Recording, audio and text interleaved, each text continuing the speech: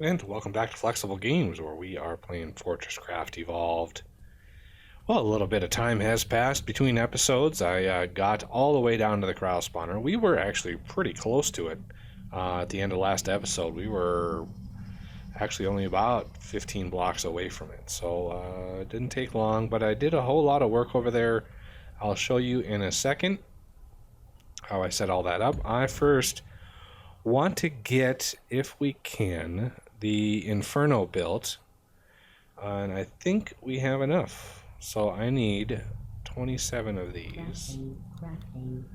So we got the Inferno going, and let's see. Do I want another Dazzler? I'm gonna build another Dazzler just for funsies. And the last thing that we're gonna try is the where would it be? The Freeze-On Injector. This thing is great. I want 1, 2, 3, 4, 5, 6. I want a few of these. So I want a multiple of 3. So that would be 27. That should be plenty for everything that I need it for. And the Lancers, do we want another batch of Lancers? That is the question. Lancer, we would need 25 of these. And let's replace the ones that we just used. Okay. We got plenty of Lancers. I want a few more Melters. I used a few Melters. You will see in a second. Okay, we are ready. We are ready to rock. I've got the Magma Pipe from the Magma storage. I've got it run all the way down here now. And we will follow this down and you'll see how I have built the system. So for the first cryo that I kill, I show you a little trick. If you are having problems, because they are not easy to kill, regardless of what the help system says, the Inferno has to sit on it for a half an hour while you burrow it out. Okay, so we've got it run down. So here is the edge. There's the cryo spawner right there. As you can see, I've got a little system here ready to go. So if we go out this way, you see this is where the pipe terminates. Now out here, I've actually run a third conduit all the way down to here. So I've got a battery at the beginning, one in the middle right where those other ones are, and then one down here. This one beams down to a single Dazzler at the bottom of a V-shaped valley down there. And I had to get creative with the corners here because this battery sticks up. So I wanted to make sure all that cryo eventually makes it down in front of that thing to get eliminated. So the other two, the two on the outside, come up. So the one going down, that's dedicated. And then we have two going up, and this is where all those melters are that I told you I used. So there's a ton of melters in there. Now, a couple other things that we want to get done here.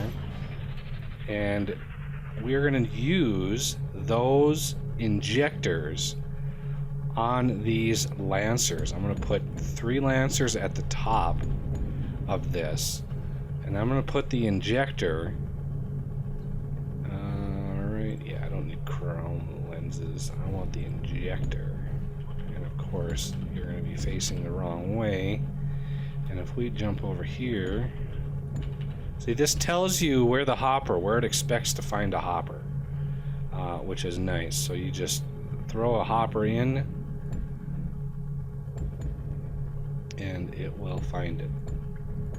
So we're going to inject Freeze-On, the cold stuff, right here.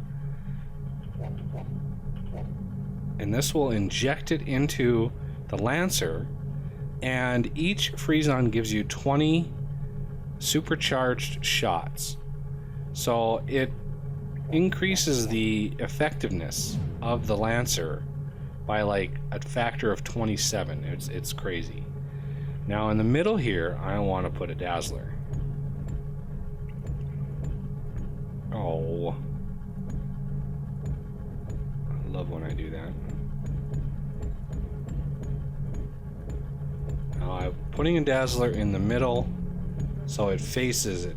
It just is able to just push right into that monster. I'm gonna come down here. Now I need to make sure that cryoplasm won't sit on top of any of this stuff. So we're going to use the windows to make sure there's a ridge going down. So same with this, and same with this. So if cryo lands on here, it's going to drop to here, or drop there, or drop there, and from there it can drop even further. Because as soon as you hook this Inferno up, the second you build it, the spawner that it's closest to goes absolutely crazy spawning cryoplasm. And you have to have a clear line of sight in order for this thing to actually work. Now, a half an hour is a big ask to keep this thing going for a half an hour. So there's a little trick that I'm going to put to the test. I do this every time. I use torches. So this thing is built so it's 3 blocks, and the block above is actually where this is. So if I counted 3 blocks, I would be right underneath. So from here, 1, 2, 3, and then the block above, that's where the torches go. And this is going to get bright, but that's kind of the point. Okay, now to start this Inferno.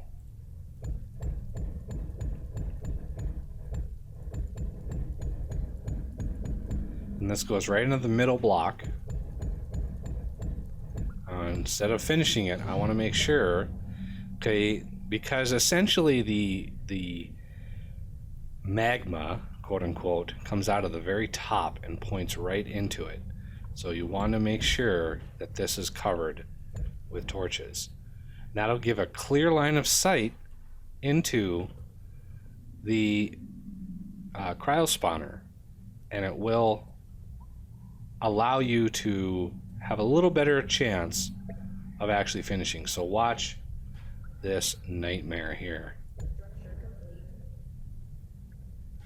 And you're pointing the wrong way. There you go.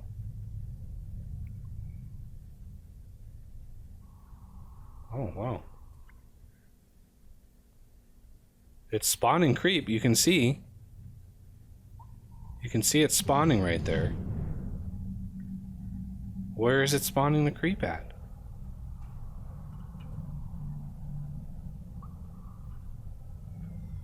This has never happened before. I've done this many, many times, and I've never had it not spawn just absolute massive amounts of creep. Cryo, there it goes.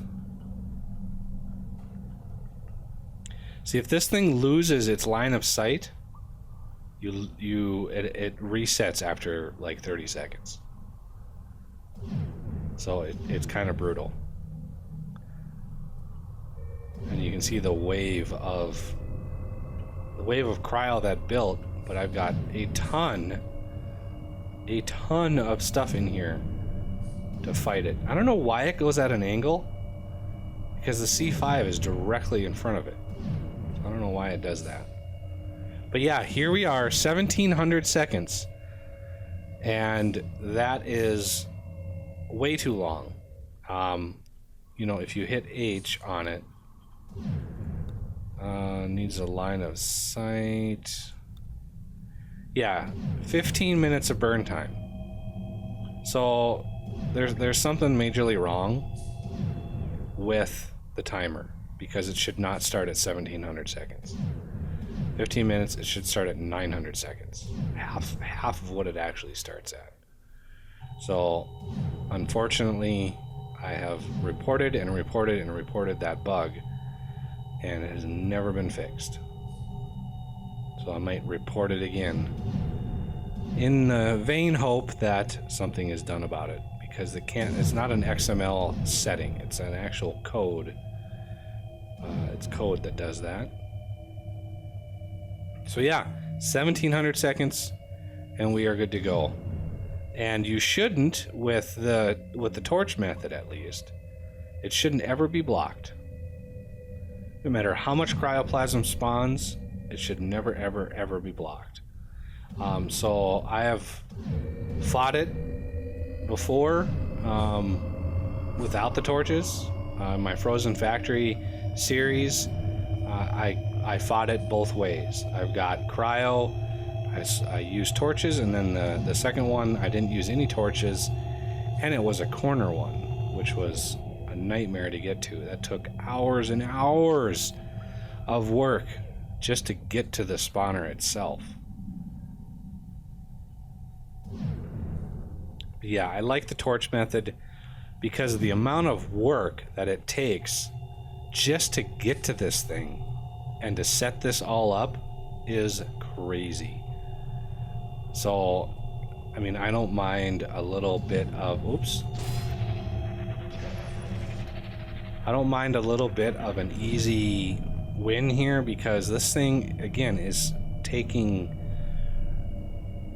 30 minutes when it should only take 15 minutes. So there's a huge issue with how much time this thing takes. And I've got cryo bombers all going strong. I've got like 8,000 cryo bombs, so we're good on cryo bombs. I'm just dumping as many as I can around here. So all that cryo goes down and accumulates down here, and that dazzler does its work and it clears it out pretty good. I've used the first time I did this, I used 3 dazzlers. And the second time I did this, I used 2 dazzlers. And this time I'm doing it, I'm using 1. So it seems like 1 is pretty good. As long as you set this up right, it works pretty well. Because this thing just constantly, wave after wave after wave of cryoplasm. So yeah, this thing is counting up how much it's generating. I've had these cryo spawners generate 100,000 cryo just in the time it takes to kill it.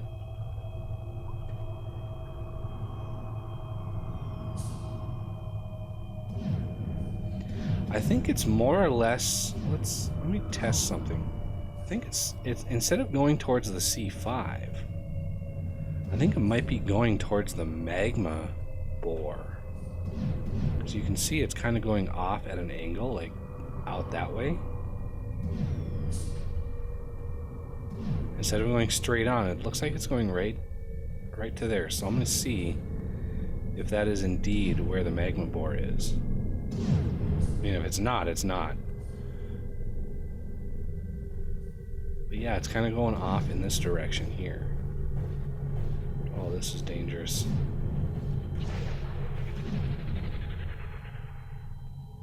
So yeah, it's going off there. So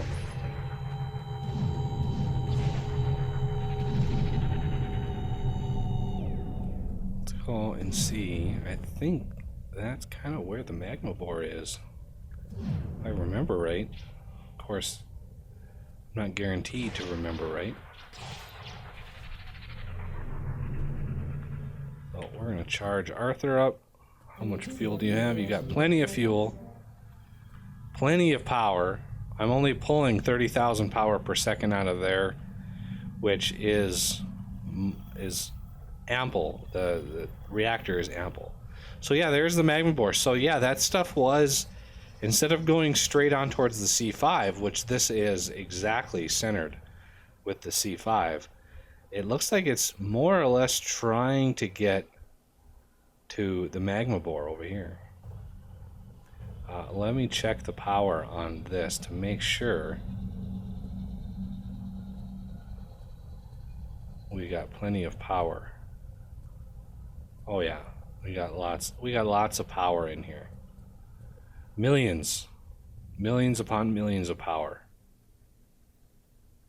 It looks like it's using about 10,000. Yeah, 10,000 per second. So this one's dry. Now this one's starting to go down. So yeah, I mean, if need be, I can always add a little bit of fuel in here, and that would really boost it up. But we should be good. Any camel bots out here I should be concerned with? There's some more organic rock. There's some more organic rock. These little miniature farms here are very lucrative.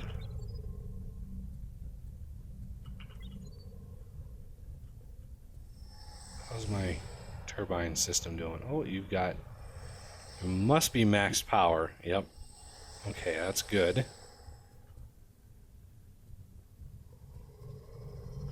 That's what I want to see. And it's just a matter of figuring out what we want to do with the series. So if you want me to show more cryo fighting, let me know. If you want to see other things, let me know, because we are on the Magma Bar. We are killing the cryo now. So, you know, I got the gist of what needs to be done, and I wanted to make sure to show everybody how this process works. I might play with the design a little bit. I'm not sure if I like this middle thing here. I might go to one dazzler in the middle, and then put one on each side, a melter system on each side. It would use more batteries, but I mean, we got ample amounts of resources. I'm not concerned with resources. And speaking of resources, has anybody out there ever seen a wall of crystal? Whoa.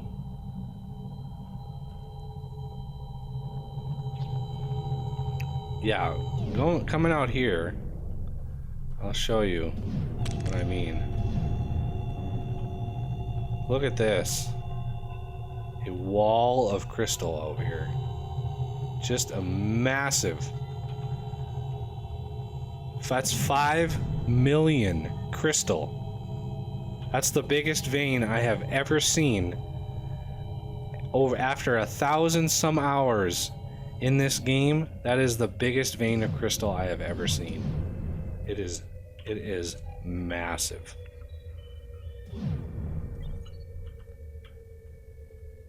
$5 million crystal.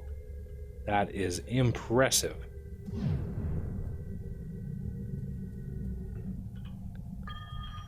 I wish I could have had one of those at near spawn. That would have been great. Look at all the crystal out here.